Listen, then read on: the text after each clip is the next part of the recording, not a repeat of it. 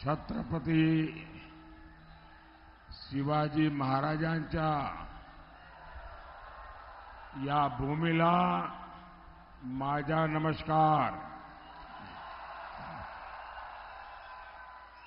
मैं मां दुर्गा, जरी मरी तिसाई माता और अंबरनाथ महादेव को आदरपूर्वक प्रणाम करता हूं। मैं पूज्य बाला साहब ठाकरे और धर्मवीर श्री आनंद दीघे जी को श्रद्धांजलि अर्पित करता हूं। साथियों, मैं कल्याण की धरती पर राष्ट्र कल्याण के लिए आपका आशीर्वाद मांगने आया हूं।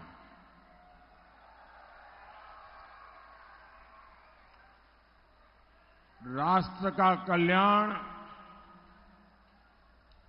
गरीब का कल्याण, मैं गर्व के साथ कह सकता हूं कि आज के राजनीतिक माहौल में ये मुख्य कसौटी का केंद्र बना है।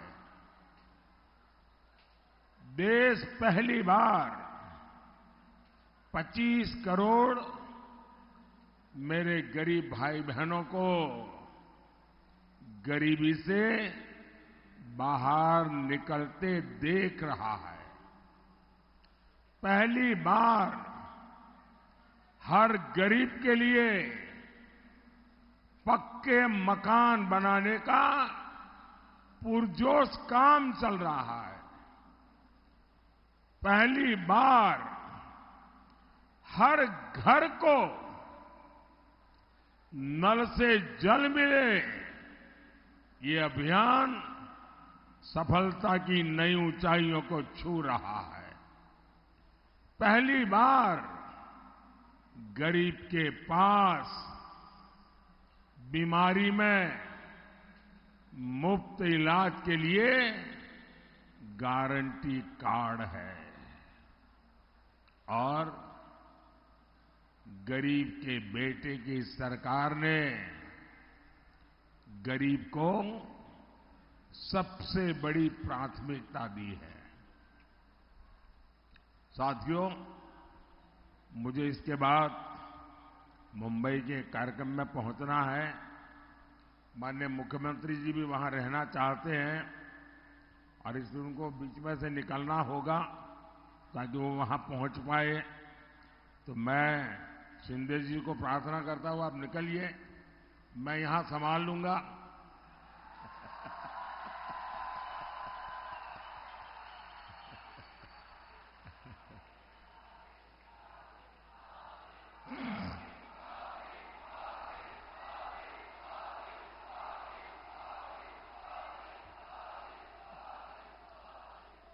साथियों,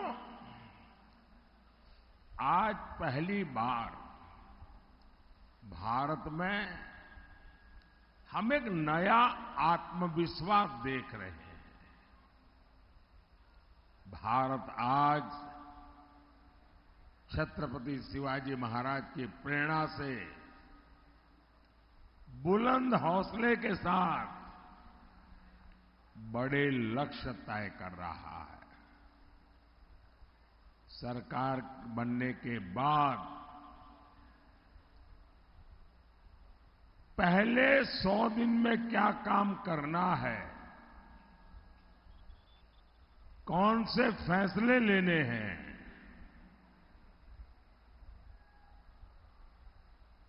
इस पर लगातार काम किया है। ऐसा नहीं कि अब सरकार बन गई, चलो मालाएं पहनते घूमते फिरेंगे। आज जितनी मेहनत करता हूं, उतनी ही मेहनत 4 जून के बाद भी जारी रहेगी।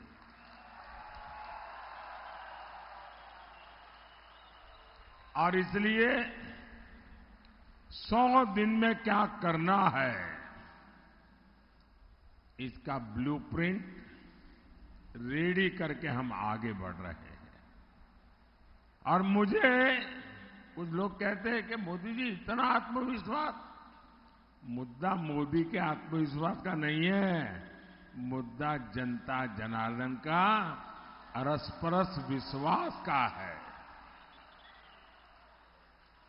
लेकिन मैं जब कल काशी में था और बहुत सारे नौजवानों को इस समय चुनाव अभियान में मेरा मिलना का हुआ, मैं देख रहा हूं कि देश का नौजवान,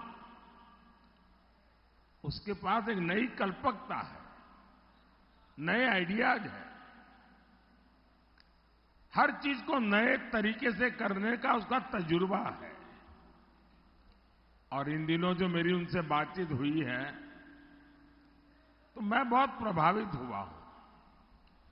अब मैं कोई लाखों नौजवानों के साथ तो बातचीत करना संभव नहीं हुआ मेरे लिए, लेकिन मैं देश के युवाओं को एक पर्सनल रिक्वेस्ट भी करना चाहता हूं, आग्रह भी करना चाहता हूं। क्योंकि इन दिनों जो मैं नौजवानों को मिला हूं, उन्होंने मुझे बहुत अच्छे सुझाव दिए हैं। तो मेरा मन करता है कि जो मेरा 100 दिन का विजन है, इसको मैं 125 दिन का पीरियड तय करूं। और जो 25 दिन नए मैं जोड़ रहा हूं, मैं चाहता हूं कि मेरे देश के नौजवान, उनके मन में जो ख्याल आए वो मुझे भेज दें। मैं उसमें से छांट करके ये 25 दिन बढ़ा करके मैं उसमें उसको शामिल करना चाहता हूं। क्योंकि मैं मानता हूं कि अब देश जिस तेजी से आगे बढ़ रहा है, हर पल नया विश्वास, नए सपने, नए संकल्प। और इसलिए मुझे पक्का विश्वास है कि देश के नौजवान मुझे वो सुझाव देंगे जो नॉर्मली हम लोगों की सोच में नहीं होते हैं, उसमें नयापन हो, भविष्य के लिए नक्कर बातें हो। और मैं चाहता हूं कि मैं इन युवाओं को लेकर के उनके विचारों के लिए 100 के दुनिया मला मेरा टाइम टेबल तो है ही है, अतिरिक्त 25 दिन का टाइम टेबल, उस दिशा में मैं सोच रहा हूं। मतलब कि करीब 4 महीने मैं बहुत तेजी से ऐसा फाउंडेशन तैयार करना चाहता हूं जिसके कारण मेरा 2047 का जो लक्ष्य है ना, वो और निकट भास आने लगे। और इसलिए मोदी का तो मंत्र है, आपके सपने, ये मोदी का संकल्प है। और आपके सपनों को जिसने मैंने संकल्प बनाया है, उसको सिद्ध करने के लिए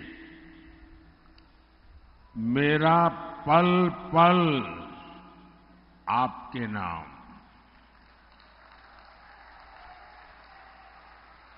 मेरा पल पल देश के नाम। और इसलिए मैं कहता हूं 24/7 फॉर 2047।